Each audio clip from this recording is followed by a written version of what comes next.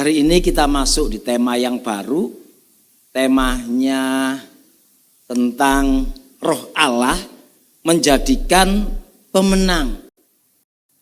Dan harap teman-teman, jemaat, Bapak Ibu semua yang hadir khususnya bergereja di gereja BES. Untuk 1 bulan ke depan ini, ayo kita sinkronkan hati dan pikiran kita supaya kita ini menyadari betul bahwa karena Roh Allah lah yang membuat kita ini bukan cuma menang sekarang, bisa eksis ini aja karena Roh Allah loh Bapak Ibu. Karena jujur kalau Bapak Ibu tidak menyadari tentang hal ini, mungkin lewat screening alam, yaitu yang namanya Mbak Covid gitu ya. Saudara mungkin lewat gitu loh, lewat, enggak peduli uangmu berapa, pabrikmu berapa, mungkin gelarmu berapa panjang sekalipun, kalau enggak ada Allah yang beserta dengan kita, lewat. Tapi siapa saudara dan saya, apalagi saya ini yang di Surabaya itu rumahnya mewah saudara. Mepet sawah, terus kumuh begitu ya, kesana kemari itu rumahnya RSS, rumah susah selonjor begitu karena saking mepet-mepetnya dengan yang lain. Kalau untuk yang namanya jaga kesehatan, sudahlah saudara, mau olahraga, mau makan vitamin, yang ada adalah kalau waktu ada orang beri vitamin baru saya makan. Karena memang keadaan seperti itu sulit. Tapi kalau sampai hari ini kita semua boleh hadir di tempat ini, sekali lagi ada Roh Allah yang membackup kita. Oleh sebab itu, kalau kita sudah mengerti tentang ini, ayo kita belajar kebenaran firman ini lebih dan lebih lagi. Izinkan hati, pikiran, pendengaran kita ini dibuka, biar Roh Kudus memimpin kita supaya jujur. Saudara jangan nantinya pulang menjadi orang yang takabur, sok-sok punya duit, sok-sok punya pengalaman, sok-sok punya ilmu, apalagi yang sok-sok punya koneksi itu. Hari-hari ini yang lagi di atas-atas lagi membangun hubungan, mencari koneksi. Karena 2024 ini kan menjadi refresh baru buat mereka. Lalu kalau saudara mau mengandalkan yang kemarin, nanti iya kalau 2024 jadi lagi. Kalau lewat. Nah, oleh sebab itu izinkan Roh Allah itu yang memimpin kita. Sehingga akhirnya kebenaran firman itu menghidupi dalam hidup kita. Dan kita pulang, kita menjadi orang yang dikuatkan di dalam Tuhan. Amin. Amin. Puji Tuhan. Haleluya. Kita mulai yang pertama tentang Roh Allah yang menjadikan kita pemenang. Siapapun kita pastilah kita ini kepingin jadi pemenang dalam setiap aspek kehidupan kita. Entah itu menang dalam perusahaan, menang dalam tender, apalagi menang dengan mertua. Begitu saudara ya. Oh menang dengan suami, menang dengan istri, apalagi itu. Tapi konteks yang akan kita pelajari hari ini adalah ada kemenangan tertentu yang itu harus menjadi bagian kita. Tetapi itu hanya karena Roh Kudus saja. Sehingga kemenangan-kemenangan itulah yang seharusnya menjadi bagian dari hidup kita. Nah, pertama kali yang harus kita pelajari tentang bagaimana kita ini dipimpin oleh Roh Allah supaya kita jadi menang, kita harus mengerti tentang yang namanya medan perang dulu saudara. Kenapa kita harus ngerti medan? Karena beberapa orang itu kalau enggak ngerti medan, itu nomor satu yang paling bahaya itu salah kostum saudara. Saudara tahu salah kostum? Suatu ketika ada pemberkatan nikah. Pemberkatan nikah otomatis undangannya kan semuanya, pakai pakaian yang bagus-bagus, yang keren-keren, pakaian pesta kan itu. Tapi pestanya jam 10 pagi siang. Dan itu ternyata diadakan di pantai. Lalu karena satu dan yang lain hal, lupa dicantumkan di undangan itu. Lalu akhirnya yang datang itu pakai high heel semua saudara, high heel. Haknya tinggi-tinggi begitu dan harus ikut pemberkatan di tepi pantai yang berpasir-pasir.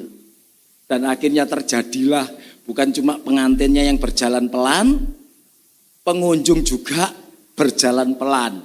Beberapa juga ada yang sepatunya sampai putus dan akhirnya bawa kayak kepiting yang diikat gitu saudara. Karena mereka salah kostum, tidak disebutkan medan perangnya, medan pestanya itu di mana. Nah, hari ini kita juga sama.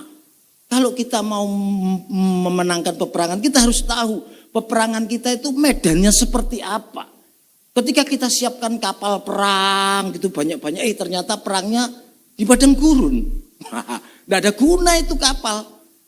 Tapi begitu disiapkan mobil tank, panser dan lain sebagainya, ternyata perangnya di lautan. Nah, ini yang seringkali lupa dengan kita. Nah, hari ini firman Tuhan ternyata memberi rahasia kita loh. Bahwa peperangan kita ini adalah peperangan yang medannya itu khusus. Kalau kita baca bahasa Indonesia yang mudah dimengerti, bahasa Indonesia sehari-hari ini. Efesus pasal 6 ayat yang ke-12 jelas dikatakan bahwa sebab kita berjuang bukannya melawan apa saudara nomor 1? Bukan melawan manusia. Pegang dulu itu. Makanya kalau hari ini ada teman-teman, ada saudara, ada tetangga, ada siapapun juga yang bencek bahasa Prancis gitu. Ingat, itu bukan lawan kita. Lalu kenapa kita ambil posisi berseberangan dengan orang-orang yang bikin hati kita gatal, bikin hati kita kecewa, bikin hati kita pahit, kayaknya dia itu musuh seumur hidup kita. Bahkan bila perlu sampai mati pun aku tidak akan datang mesong untuk menghadiri dan menghormati jenazahnya. Ada loh semangat yang seperti itu. Kalau kita yang seperti itu, kita lupa bahwa peperangan kita itu sekali lagi, ini kalau di bahasa yang terjemahan baru dikatakan bahwa perjuangan kita bukan melawan darah dan daging gitu.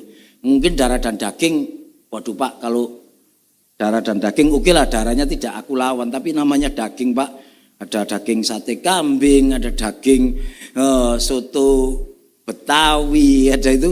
Akhirnya rancu dalam hal ini. Makanya kenapa saya ambil bahasa Indonesia yang mudah dimengerti, yang mudah dibaca, bahasa Indonesia keseharian ini, supaya jelas langsung poinnya bahwa sesungguhnya manusia itu malah target kita untuk kita menangkan, untuk kita bawa, untuk kita pakai dia supaya kita itu membuat dia mengenal Kristus. Tapi berapa banyak kadang kita ini salah target, salah lawan, sampai akhirnya sama kita anggap itu lawan kita. Terlebih lagi beberapa pemimpin kan saudara lawan. Ini pemimpin bisanya khotbah aja, tapi tidak bisa melakukan apa yang dia khotbah. Mulai saudara. Padahal sesungguhnya kalau kita mengerti khotbah itu adalah Tuhan yang beri. Kalau sampai hati kita yang kena dengan khotbah, itu tandanya Tuhan menyapa kita supaya kita tidak salah. Jangan saudara langsung ngomong, ini memang Pak Tanto ini dapat bisikan dari tetangga kanan kiri ini. Kok dari tadi khotbahnya nyenggol aku terus saja, nyenggol aku terus saja. Hati-hati saudara. Kalau saudara mulai tutup itu dan saudara terjemahkan itu karena ada unsur subjektivitas dari pengkhotbah, sesungguhnya saudara lagi dilawat Allah, tapi saudara menutup diri. Ingat, siapapun kita sekarang, kita harus mengerti bahwa perjuangan kita ini sekarang bukan melawan manusia, tapi yang jadi lawan kita ini kekuatan setan-setan yang menguasai zaman akhir ini loh. Dan juga yang kita lawan ini kekuatan roh jahat yang lagi di udara ini, yang lagi merasuk di hati, di pikiran orang-orang, yang akhirnya membuat tidak sejalan, yang akhirnya melanggar norma, yang akhirnya melanggar aturan, yang akhirnya melanggar firman. Itu yang seharusnya menjadi lawan dan musuh yang harus kita kalahkan. Sehingga kalau kita mengerti tentang hal ini, akhirnya kita tidak salah lawan begitu. Kita tidak salah kostum, kita akan mempersiapkan diri kita dengan sedemikian rupa supaya sekali lagi sasaran tembak kita, target untuk kita melawan itu tidak keluar dari kebenaran firman. Dan kalau kita sudah tahu seperti ini, akhirnya paling tidak kita sudah punya poin bahwa ternyata walaupun teman ini membuat hatiku gusar, hatiku gatal, sampai kepalaku rasanya pecah begitu ya lihat dia ini. Tapi percayalah saudara, teman ini adalah target yang harus kita menangkan supaya kita bisa menulari yang baik terhadap dia. Mungkin omongnya tidak bisa dipegang, kelakuannya tidak bisa dipegang. Mungkin dia sudah naik keluar gereja, naik keluar mimbar juga. Mungkin juga seperti itu. Tapi sekali lagi bahwa target kita yang harus kita lawan bukan dia. Tapi prinsip-prinsip yang ada di dalam hidupnya yang menguasai dia. Roh apa yang lagi banyak bercokol di dalam hidupnya, itu yang harus menjadi target lawan kita supaya kita menulari yang baik tentang hal ini. Itu yang pertama. Lalu berikutnya, siapapun kita pasti rindu jadi pemenang. Dan kita tahu bahwa memang pemenang itu adalah sesuatu yang sangat diidam-idamkan oleh banyak orang. Tapi paling tidak pemenang itu harus punya ciri-ciri seperti ini loh saudara. Kalau kita boleh melihat itu, bahwa ciri-ciri pemenang itu Kejadian pasal 41 ayat 38. Lalu berkatalah Firaun kepada para pegawainya. Firaun ini siapa? Orang kafir. Firaun ini siapa? Orang yang tidak punya Allah, orang yang belum mengerti aturan-aturan Allah. Kalau dalam bahasa Alkitabnya dia orang-orang yang tidak bersunat, bukan umat pilihan Allah. Tetapi kenyataannya memang dalam kehidupan ada saat-saat tertentu kita ketemu dengan orang yang kadang ukuran strata menurut rata-rata orang dia di atas kita. Diizinkan entah punya kekuasaan, punya power, punya harta, punya IQ, punya apapun itu di atas kita. Tapi yang paling penting di sini adalah bagaimana membuat orang yang sepertinya di pandang manusia itu di atas kita, itu sampai membuat statement seperti ini. Dikatakan bagaimana mungkin kita mendapat orang yang penuh Roh Kudus. Ini statement orang tidak kenal Allah loh. Orang yang tidak mengenal Tuhan, tapi mulutnya bisa berbunyi tanpa ditekan-tekan, tanpa diiming-imingi, tanpa ada sesuatu. Apa yang menjadikan hal ini? Ternyata Yusuf membuktikan dirinya punya kaliber seorang pemenang. Yusuf adalah kebanyakan seperti kita, dia tidak punya mimpi, dia tidak punya visi, tidak punya keinginan, tapi Tuhan beri. Bahkan ditegaskan sampai 2 kali lewat visinya. Visi yang pertama dikatakan dia ngikat gandum, lalu ikatan gandumnya itu berdiri sementara ikatan saudara-saudara tunduk kepada dia semua. Lalu yang kedua dia bermimpi katanya sampai 11 bintang, matahari dan bulan tunduk kepadanya. Dan karena keluguannya dia bercerita padanya. Ketika saudara-saudaranya yang menerjemahkan visi ini tidak cocok hati, tidak enak hati. Bahkan menganggap Yusuf ini kayaknya ngelanggar norma. Wih, masa mama papa itu kamu suruh sujud pada. Tapi Yusuf yang tidak ngerti apa-apa juga tidak ngerti. Dia cuma cerita mimpi itu. Tetapi karakter Yusuf membuktikan bahwa dia adalah orang-orang yang bisa menang. Karena dikatakan lewat ayat-ayat ini bahwa Firaun yang tidak kenal Tuhan itu bisa memberi predikat Yusuf seorang yang penuh dengan Roh Allah. Oleh sebab itu dengan dasar ini Firaun langsung membuat dia diangkat. Inilah kemenangan yang pasti kita tunggu-tunggu kan. Orang yang seperti inilah yang layak dan bisa duduk di level pemenang.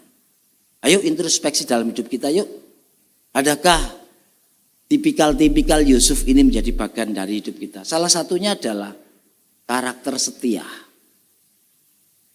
Dia setianya tidak seperti orang Indonesia punya setia itu setiap tikungan.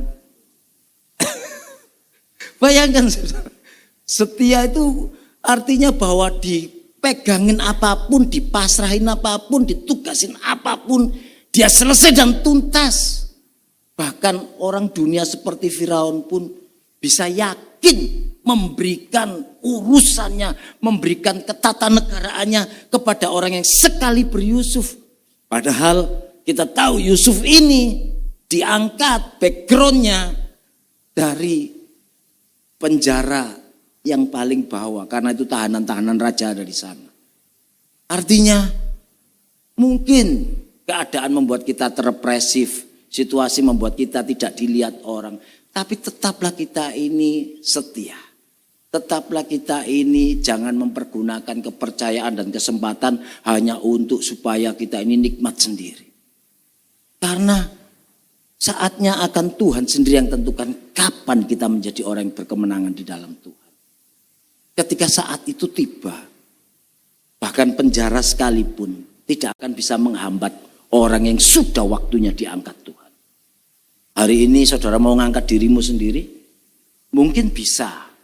Dengan tampilan, dengan background ekonomi, dengan background IQ kita, latar belakang mungkin hubungan sosial kita. Tetapi ingat itu tidak akan membuat dunia tekuk lutut dengan kita.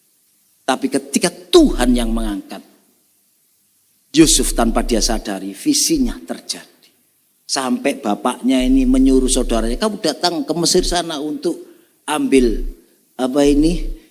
gandum karena kita kelaparan. Dan terjadi memang saudara-saudaranya sujud. Bahkan bapaknya juga sujud yang diwakili itu tadi. Sampaikan salamku kepada penguasa di Mesir itu. Kemarin yang waktu kamu pulang ada uangmu dikembalikan.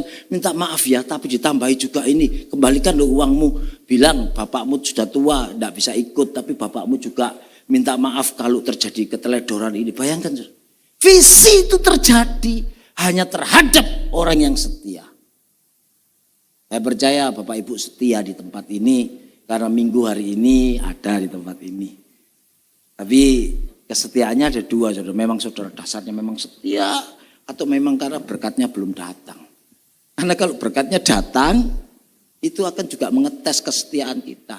Beberapa berkat itu dibelokkan. Tanto minggu depan masih ada gereja ya? Oh iya masih ada Pak. Ya gitu. Pak Tanto saya pamit ya, hari ini enggak ke gereja dulu karena minggu depan kan masih ada. Ini loh tadi saya tiba-tiba dapat menang undian Pak dari bank ini itu. Dapat mobil yang harganya sekelas 8M.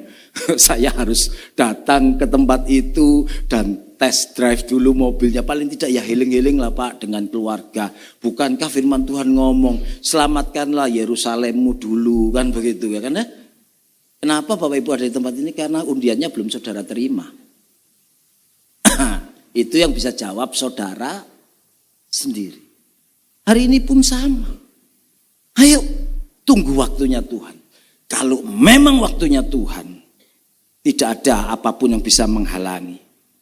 Dan ingat, tujuan dari seorang pemenang itu adalah kita harus tahu. Bukan untuk gagah-gagahan, bukan untuk mengukur orang lain, kamu kalah ya, kamu di bawahku ya sekarang, kamu tak lambung ya, kamu tak salib ya, ternyata kamu start duluan tapi kamu tidak finish, aku sudah finish. Bukan seperti itu tujuan pemenang. Perjanjian Lama menulis di dalam kitab Yesaya dikatakan demikian, bahwa ketika roh Tuhan yang membuat Yusuf itu menjadi pemenang, ketika roh Tuhan juga yang adalah mengurapi orang-orang di zaman dahulu menjadi pemenang, ketika juga urapan Tuhan, roh Tuhan itu ada dalam hidup kita. Ingatlah ada tugas seperti ini. Kalau roh Tuhan Allah itu ada padaku, oleh karena Tuhan mengurapi aku, ingat, Ia telah mengutus aku untuk menyampaikan kabar baik. Ini yang harus kita lakukan. Kepada orang-orang sengsara, merawat orang-orang yang remuk hati, memberitakan pembebasan kepada tawanan, kepada orang-orang yang terkurung dan kelepasan dari penjara. Bahkan dikatakan juga di ayat berikutnya, untuk memberitakan tahun rahmat Tuhan dan hari pembalasan Allah kita. Untuk menghibur orang yang berkabung. Berarti setiap berkat Tuhan, setiap lawatan Tuhan, setiap roh Tuhan yang ada dalam hidup kita. Yang akhirnya kita bungkus dengan yang namanya damai, sejahtera, sukacita, kebahagiaan dan lain sebagainya itu. Itu juga ada orang-orang lain yang harus juga menikmati bagian dari itu. Tapi berapa banyak kadang ketika itu terjadi, yang kita pakai adalah untuk menunjukkan bahwa kita lebih top, markotop dibanding yang lain. Akhirnya ketika minggu-minggu lalu ada doa mencari Roh Kudus, macam-macam lah. Ada doa yang mencari kepenuhan roh. Kalau di kita namanya Deo Fire. Lalu ukurannya 10 hari tak lihat kamu kok berdoanya cuma amin, haleluya, kok tidak ada yang lain. Wah, jangan-jangan dosamu terlalu banyak ini. Roh Kudus tidak mau masuk. Enggak kayak aku. Begitu, mari kita sembah Tuhan, kita puji Tuhan, kita angkat, kita mulai. Bayangan saudara. Sampai saya boleh melihat di media-media sosial itu ada beberapa, ya saya tidak menghakimi, tapi kok kayaknya kayak trust gitu. Wah, begini. Oh, lari-lari ke sana dan itu di gereja dalam forum yang namanya ibadah. Sehingga roh Allah itu kayaknya membuat dia, benarkah yang seperti ini? Ayat yang kita baca hari ini adalah ada tugas buat kita sebagai seorang pemenang itu, dia harus menjadi berkat buat sesama. Berulang kali setiap kita berdoa kita minta urapiku Tuhan, urapiku. Lagu dinyanyikan, urapiku penuhiku dengan adil. Kalau sudah diurapi dipenuhi, forward. Buat apa? Pamer supaya lebih afdol, merasa lebih rohani, lebih tinggi levelnya. Ingat, pemenang itu adalah ketika Tuhan beserta dengan dia. Lidah bibirnya, perbuatan tangannya, langkah kakinya, semuanya mendatangkan berkat buat orang-orang di sekitarnya. Hari ini bersyukurlah kita ada di gereja yang luar biasa ini. Di mana hari-hari di Fire itu diisi, bukan diajarkan supaya orang-orang itu cuma bisa berbahasa yang asing, tapi juga biar pikirannya kebenaran firman Tuhan itu boleh tertangkap dalam hidup kita. Dan akhirnya kita boleh hidup di dalamnya. Sampai akhirnya kebenaran itulah yang kita hidupi dan kita mengikuti arah seperti selera dan mau Tuhan. Sudahkah itu menjadi bagian dari hidup kita?